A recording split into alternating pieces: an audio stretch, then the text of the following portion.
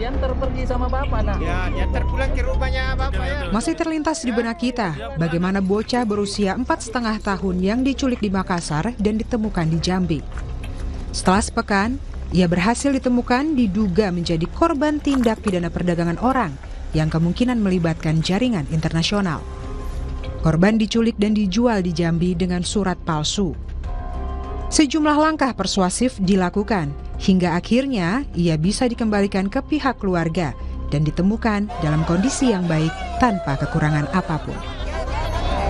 Alhamdulillah tidak ada tanda-tanda penganiayaan ya, dan kondisinya juga baik. Secara psikologis juga sudah dicek ya. Dari Bu Kadis juga sudah ngecek semuanya. Alhamdulillah dalam kondisi yang sangat baik, anaknya juga ceria. Baru kita terima anaknya ya. Jadi akan kami dalami pelaku-pelakunya, jaringannya, tindak pidananya. Pelaku penculikan berjumlah 4 orang, korban dijual sebanyak 3 kali. Tersangka SY inilah yang pertama kali menculik korban dan menjualnya di media sosial.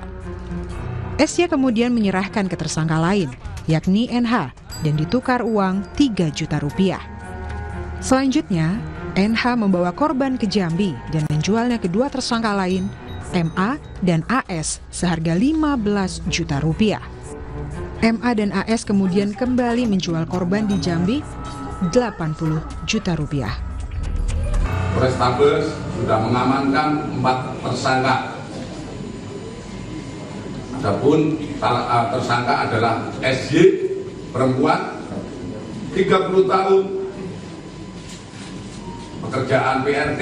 Kemudian tersangka kedua NH, perempuan, 29 tahun, pekerjaan pengurus rumah tangga. Kemudian yang ketiga MA, perempuan, 42 tahun, pekerjaan PRT. Kemudian AS, laki-laki, 36 tahun, karyawan honorer, Kecamatan Bangko Maringin, Provinsi Jambi. Sebelumnya, korban dinyatakan hilang pada 2 November lalu saat menemani sang ayah berolahraga di Taman Pakui Sayang, Makassar, Sulawesi Selatan. Dalam rekaman CCTV, korban dibawa secara tergesa-gesa oleh orang tak dikenal.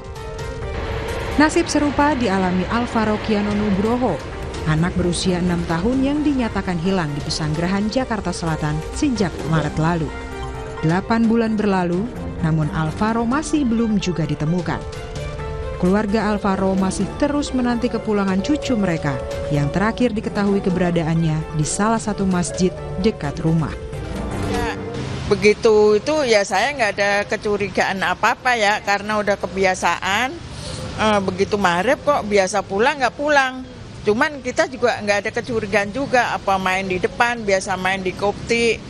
Ya harapan saya mudah-mudahan cucu saya cepat pulang, dibantu. Polisi terus menggali informasi, baik dari titik terakhir Alvaro hingga ke pihak kerabat Alvaro. Kini polisi telah membentuk tim khusus untuk mencari keberadaan Alvaro, di mana tim terdiri dari personil Reskrim Polsek Pesanggerahan, Polres Jakarta Selatan, dan Polda Metro Jaya. Proses pencarian juga diperluas hingga keluar Pulau Jawa. Terus kami juga melakukan pencarian, dugaan-dugaan yang memang diindikasi keberadaan dari adik Alvaro. Kami selalu ke lokasi-lokasi tersebut seperti ke Pandeglang, Banten, ke Pelabuhan Ratu, Sukabumi, Jawa Barat. Lalu juga kami sudah melakukan coba berkoordinasi dengan ayah dari adik Alvaro yang ada di Lapas Cipinang sebagai warga binaan di Lapas Cipinang. Kami juga sudah membangun komunikasi, siapa tahu dari pihak keluarga ayah Alvaro yang berada di Batam juga mengetahui tentang adik Alvaro seperti itu.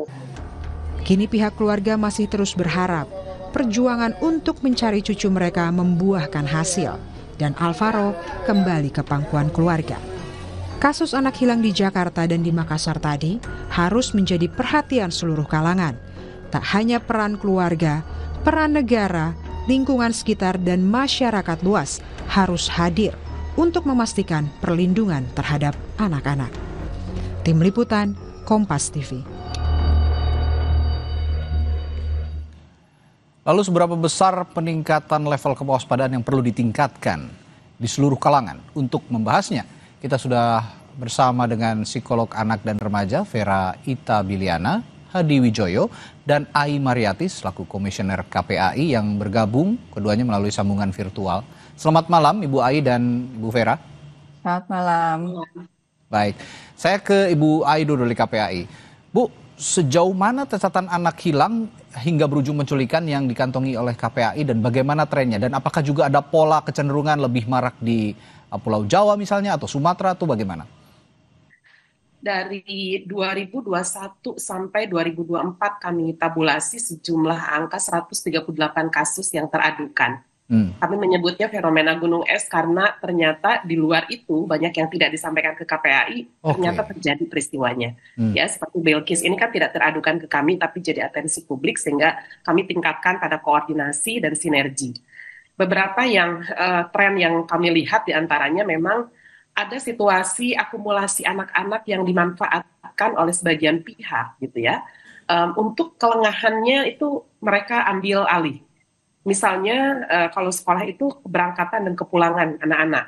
Nah di situ beberapa modelnya itu menggunakan baju ojol, lalu mengatasnamakan keluarga dan dibawa pergi, gitu ya. Itu satu. Yang kedua, memang ada grooming, ya, misalnya dengan keluarganya, seperti Ananda Malika tahun lalu, ya, dia seolah-olah dekat gitu ya dan menjadi tempat aman bagi anak, tapi ternyata dibawa pergi dan terjadi penculikannya. Beberapa lainnya adalah zona aman untuk anak itu seperti Ananda Alvaro ini kan ke masjid ya, dan itu setiap hari gitu. Kok bisa terjadi tidak kembali? Kemudian kalau melihat dari Bilqis ini juga di tempat ruang aman anak ya, taman bermain, dan itu ada orang tuanya. Jadi sesungguhnya kami bisa melihat ya ada salah satu indikasi yang paling kuat di situ, ternyata mereka tahu di mana anak-anak berada.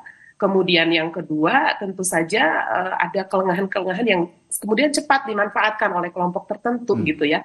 Dan berikutnya yang paling marak hari ini kami menyebutnya media sosial juga dimanfaatkan secara besar-besaran bahkan depan mata kita.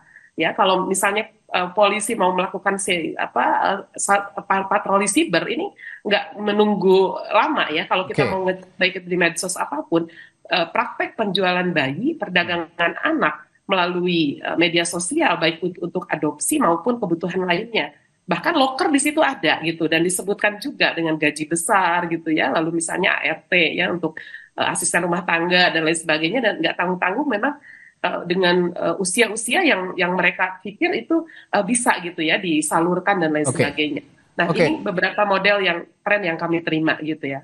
Ini Anda tadi mengatakan Bu Ai bahwa ini dilakukan di ruang ruang aman anak begitu ya, seperti di masjid tadi, lalu di taman bermain, ada juga yang lingkungan dekat rumah. Ini apa artinya ruang aman untuk anak ini semakin sempit dan bagaimana memperluas kembali dan menyertakan juga peran lingkungan untuk memperluas kembali ruang aman anak? Ya, karena tadi berbagai modusnya dia ingin mencari perhatian pada orang tua dengan meng-grooming, otomatis dia masuk di ruang private, di rumah anak. Yang kedua, ruang atau zona anak berada, perangkat dan pulang sekolah, kemudian tempat bermain.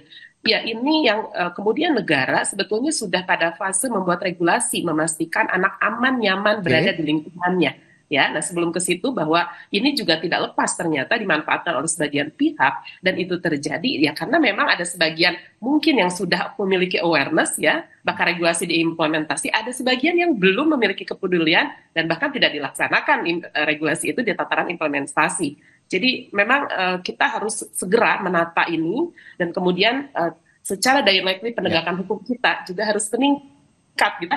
Kalau kemarin saya minta SOP terkait DPO misalnya, daftar pencarian nama orang itu harus 1 kali 24 jam atau misalnya ada 7 kali 24 jam, ada beberapa SOP tingkatannya. Untuk anak memang harus saat itu dia misalnya mengadu dan waktu yang secepatnya untuk dilakukan langkah-langkah yang lebih eskalatif. Nah ini saya kira memang tidak lepas ya dari infrastruktur Mas. Ya. Kalau misalnya masjid itu memiliki CCTV ya, nah ini kan bagian-bagian dari regulasi yang dimaksud dengan ruang aman untuk anak di masyarakat. Regulasi yang mempertegas fasilitas lingkungan ramah anak begitu ya, yang juga diwajibkan dipasang di sekitar lingkungan. Ini yang mungkin perlu didorong juga untuk segera diakselerasi. Saya ke Ibu Vera ya. Ibu Vera, bagaimana menjelaskan kira-kira bahaya orang tidak kenal? Kalau kata ilmu psikologis biasanya stranger danger begitu ya. Itu kepada anak yang masih di bawah umur, terutama masih TK, SD, tapi tanpa membuat takut mereka berlebihan atau trauma. Oke, konsep stranger itu sendiri agak sulit ya untuk dipahami anak, karena ini bisa sangat abstrak sekali dan bisa sangat susah diterjemahkan oleh anak dengan pasti, dengan konkret gitu. Karena kalau stranger itu kita artikan dengan orang yang kamu tidak kenal gitu ya, tapi terus strangernya nih baik, ngajakin aku main, nawarin aku mainan, makanan gitu ya. Kok baik sih, nggak apa-apa dong, dia nggak danger nih karena dia baik gitu kan. Dan anak-anak apalagi yang masih usia TK gitu ya, 7 tahun ke bawah tuh masih sangat mudah untuk dimanipulasi. Jadi lebih baik sebetulnya berikan instruksi yang spesifik. Dengan siapa dan sama siapa mereka boleh pergi gitu ya. Misalnya kamu hanya dijemput oleh, sebutkan namanya, siapa? Oleh mama ya, selain mama yang jemput tidak boleh, dan itu disampaikan juga ke lingkungan di mana anak ini berada gitu ya. Tadi Bu Ai sudah mengatakan ya, lingkungan ini juga perlu didorong nih untuk melindungi anak-anak gitu, tidak hanya di rumah. Jadi sebenarnya tanggung jawab atas keselamatan anak tuh tidak hanya ada di orang tuanya atau pengasuhnya gitu ya, tapi juga it takes a village to protect a child gitu ya. Jadi misalnya lingkungan seperti sekolah, masjid gitu juga harus aware akan keselamatan anak ini. Anak ini diantar oleh siapa, nanti dijemput oleh siapa, itu juga harus diperhatikan gitu ya. Oke, kalau gitu perlu nggak orang tua ini meningkatkan misalnya attachment parenting selalu dalam jangkauan penglihatan misalnya, sehingga anak berusia yang masih sangat belia begitu, ini bisa mengingat bahwa saat ini banyak bahaya yang juga berujung pada kasus penculikan. Iya, jadi kalau misalnya kita bicara tadi 7 tahun ke bawah gitu ya, itu masih memang memerlukan pendampingan dan pengawasan gitu. Seperti kasusnya Bilqis gitu kan, orang tuanya sedang berolahraga gitu ya. Sedang berolahraga kan berarti fokusnya teralihkan. Nah, kalau untuk situasi seperti ini kan perlu anak seusia Bilqis tetap harus ada pengawasan, ya, pendampingan terjangkau dan terlihat gitu ya. Nah seperti itu, jadi tidak bisa dilepas. Mungkin dulu ya, misalnya ada orang yang bilang dulu kayaknya aman-aman aja deh anak-anak main di lapangan terus pulang dengan amannya gitu ya. Tapi semakin kesini semakin banyak orang-orang yang punya niat kurang baik, dan ini kita harus sadari dan harus terima sebagai fakta yang kita jalani dalam kehidupan sekarang gitu ya. Jadi proteksi pada anak juga harus lebih diperketat gitu. Ya, baik. Saya ke Bu Ai lagi. Tadi Bu Ai sudah menyinggung ya bahwa regulasi ini bisa memperkuat begitu adanya fasilitas-fasilitas lingkungan yang bisa memperluas ruang aman anak begitu, memperluas ruang aman anak. Nah, bagaimana hal itu bisa diakselerasi kemudian? Saya akan tanyakan hal itu nanti setelah jeda di Sapa Indonesia Malam. Tetaplah bersama kami.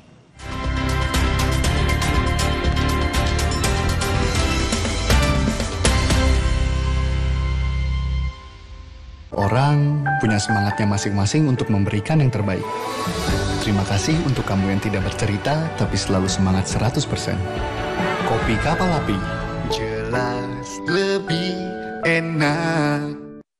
Pas aku coba Le Mineral, seger banget, nggak bikin enak sama sekali. Benar, karena Le Mineral dari pegunungan terpilih. Setiap tetesnya melewati lapisan batuan alami, membuat airnya lebih sehat, lebih segar. Kayak ada manis-manisnya. Le Mineral. Ikut program belanja berhadiah 16 miliar di Depo Bangunan. Belanja di Depo Bangunan bisa semakin untung, untung, dan untung. Depo Bangunan, supermarket bahan bangunan yang lengkap, nyaman, dan murah. Hanya di Depo Bangunan. Tiap orang punya semangatnya masing-masing untuk memberikan yang terbaik. Terima kasih untuk kamu yang tidak bercerita, tapi selalu semangat 100%. Kopi Kapal Api. Jelas lebih enak. Baru Happily popok celana dewasa 3-in-1, cocok untuk omalincah kayak Ega. Happily ekstra serat, nampung hingga 1200 mg, gembung, ekstra kering, ekstra tipis. Ada ekstrak teh hijau, pakai dari pagi, nyaman kebelet. Pakai Happily say, praktis. Nongki kesandang-kesindang sampai malam, nggak bocor. Nggak kelihatan kan say, Ega pakai popok. Oma opa nggak usah worry lagi, pakai Happily. Happily, semua jadi easy. Wingscare. Pas aku coba Le Mineral, seger banget, nggak bikin enak sama sekali. Benar, karena Le Mineral dari pegunungan terpilih. Setiap tetesnya melewati lapisan batuan alami, membuat airnya lebih sehat, lebih segar. Kayak ada manis-manisnya. Le Mineral. Cerah glowing kan? Cuma mandi susu, pakai Give White Goat's Milk dan Almond Oil. Goat's Milknya bikin smooth, Almond Oilnya bikin moist, wanginya manjain. Cerah, glowing, dari mana aja. Give White Goat's Milk dan Almond Oil. Mandi susu di rumah aja. Wingscare. Tiap orang punya semangatnya masing-masing untuk memberikan yang terbaik. Terima kasih untuk kamu yang tidak bercerita, tapi selalu semangat 100%. Kopi Kapal Api. Jelas lebih enak. Nyut, ternyata aku punya masalah gigi sensitif. Cobain pakai Sensodyne. Formulanya bikin gigi aku terlindungi seharian. Dan nafas juga terasa segar.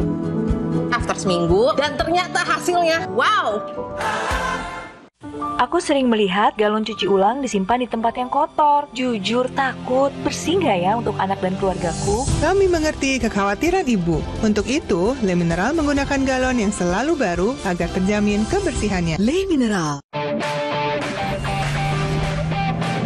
Bagi yang terbaik saat berlibur, bukanlah destinasinya, tapi momen kecil di perjalanan yang bikin liburan makin berkesan. Di Be Quick, kami memberikan servis maksimal hingga detail terkecil di mobilmu.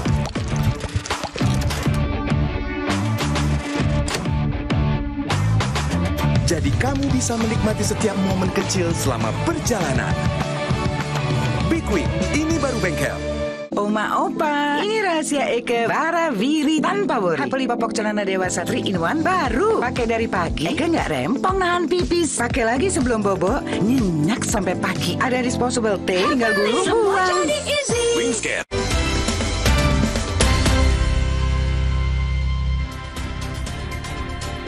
Saudara, ada berita anak hilang lainnya yang 3 tahun berlalu. Kenzi Alvarezi hilang secara misterius di Kabupaten Bungo Jambi. Melihat kasus bocah hilang di Makassar, orang tua Kenzi berharap anaknya dapat ditemukan.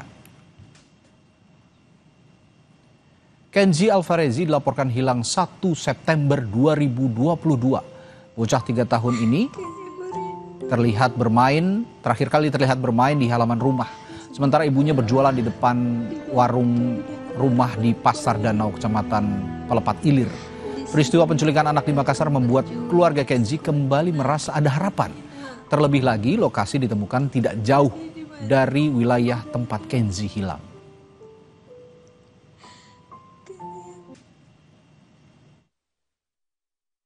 Dan dengan adanya kasus penculikan anak di Makassar dan berhasil ditemukan di daerah kami, Merangin Jambi, yang mana Merangin itu tidak jauh dari daerah kami. Kami seperti menemukan harapan baru, semangat baru untuk bisa menemukan anak kami Kenzi. Menindaklanjuti hal tersebut, pagi ini kami dari Satreskrim Polres Bungo, khususnya tim Gunjo, telah berangkat ke Polres Merangin, berkoordinasi dengan Opsnal sana, dan mengajak juga melibatkan dari Dinas Sosial Temenggung di sana untuk bertemu dengan keluarga tersebut. Kami masih menunggu hasil dari pertemuan tersebut. Kami lanjutkan perbincangan bersama psikolog anak dan remaja Vera Itibiliana, Hadi Wijoyo, dan Ai Mariati selaku komisioner KPAI. Tadi saya ke Bu Ai sempat singgung, tadi Bu Ai juga sempat menyinggung soal regulasi yang bisa memperkuat fasilitas keamanan lingkungan, begitu ya, termasuk ruang ramah anak lingkungan yang bisa diperbesar. Kira-kira apakah ini bisa secepatnya diakselerasi? sekarang sudah menjadi Perpres ya, Kota Kabupaten Layak Anak 25/2021. Dulu mungkin masih Permen PPA, jadi masih agak sektoral.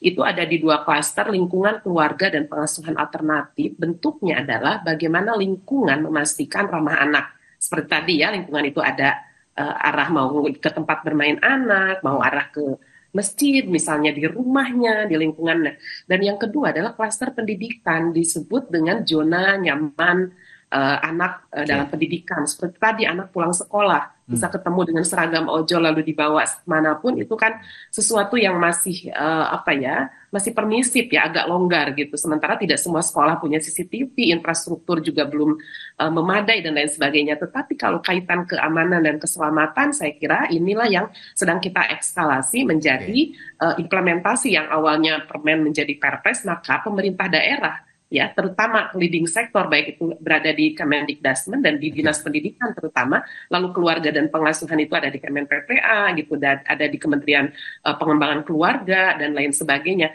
Nah, ini masuk menjadi alat kita semua untuk berikhtiar lebih tinggi lagi yang diimplementasikan di masyarakat, terutama berbasis kota kabupaten gitu, dan bahkan kecamatan dan desa. Saya kira ini memang harus betul-betul kita breakdown bersama bagaimana implementasinya, sehingga tidak lagi berkelas ya, mungkin yang memiliki infrastruktur dia terlihat lebih terjamin keselamatannya, sementara yang tidak memiliki infrastruktur ya jadinya masih kelihatan longgar. Nah, inilah perannya pemerintah, kemudian dunia usaha, saya kira masyarakat, termasuk wali murid ya di sini, untuk sama-sama berjuang untuk bisa mengimplementasi itu, karena memang Perpresnya sudah ada gitu, tinggal dijalankan. Ya, ada dan tidak ada infrastruktur, sebenarnya ruang ramah anak itu harus tetap terjaga. Nah, bicara soal itu, saya sempat membaca ada usulan begitu ya, safe body system. Ini anak berpasangan saat beraktivitas di luar rumah. Kan anak-anak juga sempat bermain begitu ya di lingkungannya, baik itu di sekolah maupun di rumah. Nah, kira-kira KPAI bisa nggak mengimplementasikan hal ini? Misalnya ada usulan safe body system di tingkat RT RW misalnya. Ya, termasuk dalamnya kan sebetulnya protokol keselamatan, safeguarding ya buat children itu tuh sudah diimplementasi baik di level global, regional, dan bahkan kita nasional. Nah, memang ini yang harus sama-sama kita berikan pemahaman, edukasi, awareness, itu menjadi komitmen gitu ya, aturan di tingkat lokal dan kemudian diimplementasikan. Apakah tidak memungkinkan sampai RT RW? Sangat memungkinkan, Mas. Di antaranya misalnya bagaimana kita ngurus anak sekampung itu dalam radius berapa puluh meter anak ada dimanapun, bahwa ini harus terkoneksi. Mungkin gitu ya, kalau memiliki awareness sedemikian kuat, kohesi sosialnya di pedesaan itu masih mungkin. Tapi pertanyaan saya justru di perkotaan, apakah itu bisa terjadi? Karena semua orang sibuk dan kemungkinan tidak saling mengenal satu sama yang lain secara lebih tinggi lagi. Nah, dari 2 tipologi yang ada di masyarakat di Indonesia, sebetulnya untuk membangun safeguarding itu bisa masuk di tataran yang lebih dekat dengan anak lagi, di sekolah diantaranya gitu ya. Kemudian di lingkungan misalnya anak-anak berkreasi, taman bermain tadi, itu sangat memungkinkan. Dan kami juga hari ini sudah mulai memonitor dengan seksama itu di panti-panti sosial, di panti asuhan lah kita mengenalnya ya. Karena beberapa kan kita temukan juga ternyata ada masalah, justru pelaku misalnya ataupun yang melakukan kekerasannya adalah orang-orang di internalnya. Nah, ini sekali lagi Mas, memang kota kabupaten layak anak itu menyentuh sampai dekela, desa kelurahan. Nah, sehingga saya kira memang yang paling utama adalah sumber daya manusia, kemudian para pemangku kepentingan itu harus sudah membreakdown pada level yang lebih operasional. Sehingga bukan mungkin dan tidak mungkin, memang ini hak anak-anak kita untuk menerima itu gitu. Ini kita harus dorong bersama. Baik, Bu Vera, bicara soal level kewaspadaan, sebenarnya kan ada juga orang tua yang sangat ketat begitu ya mengawasi anaknya, ada juga yang ya moderat begitu ya, ada yang benar-benar tidak terlalu ketat begitu. Tapi pertanyaan saya begini, kalau memang yang terlalu ketat, overprotection gitu, terlalu melindungi, apakah ini justru membuat anak tidak mandiri di masa depan? Iya, ada resiko itu ya gitu ya. Jadi memang level proteksi itu disesuaikan dengan usia anak satu. Terus kemampuan anak untuk memproteksi dirinya, melindungi dirinya, ya itu berkaitan dengan pemahamannya dia, gitu ya, dengan kemampuan dia mencerna situasi, kemampuan dia untuk memahami apa yang diinstruksikan, warning do's and don'ts yang diajarkan oleh orang tuanya. Jadi itu yang yang menentukan level proteksi sampai mana yang bisa diberikan kepada anak-anak, gitu ya. Tentu ketika misalnya anak bertambah usia, level proteksinya bisa berubah gitu ya, meningkat dengan kemampuan anak semakin besar, semakin mampu, semakin mandiri. Tapi kalau bicara soal anak balita atau enggak 7 tahun ke bawah, itu masih besar porsinya yang dilakukan adalah oleh orang tua. Karena tadi ya, mereka masih sangat mudah dimanipulasi oleh orang-orang yang memang punya niat kurang baik terhadap mereka gitu. Terkadang begini juga, Bu Vera, saya melihat ada kecenderungan anak-anak yang pernah didekati orang tidak dikenal dan mereka cemas. Nah, tapi tidak menceritakan itu kepada lingkungan terdekatnya, termasuk orang tua.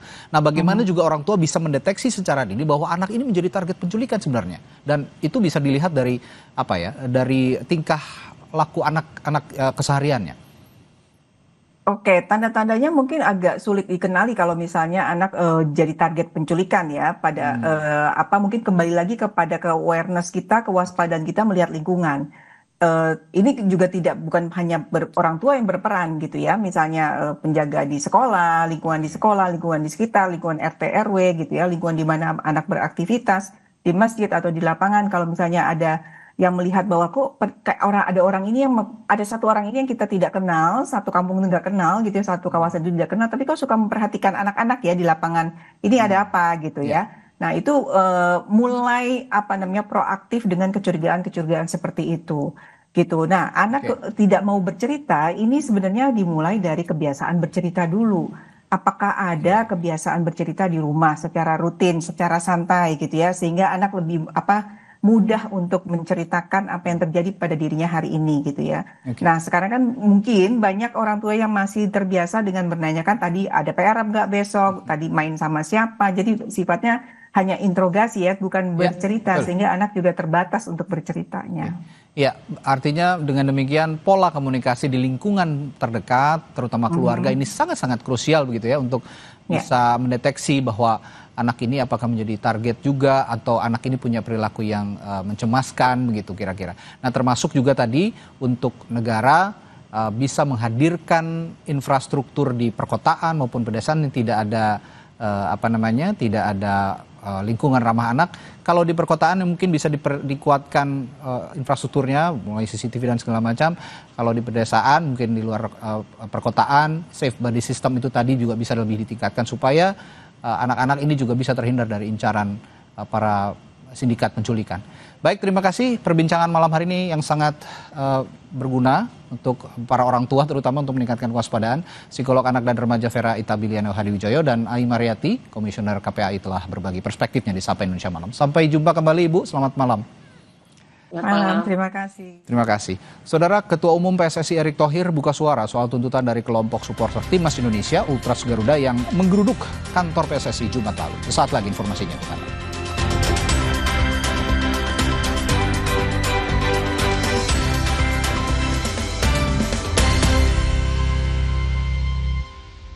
Aku coba Le Mineral, seger banget, nggak bikin enak sama sekali. Benar, karena Le Mineral dari pegunungan terpilih. Setiap tetesnya melewati lapisan batuan alami, membuat airnya lebih sehat,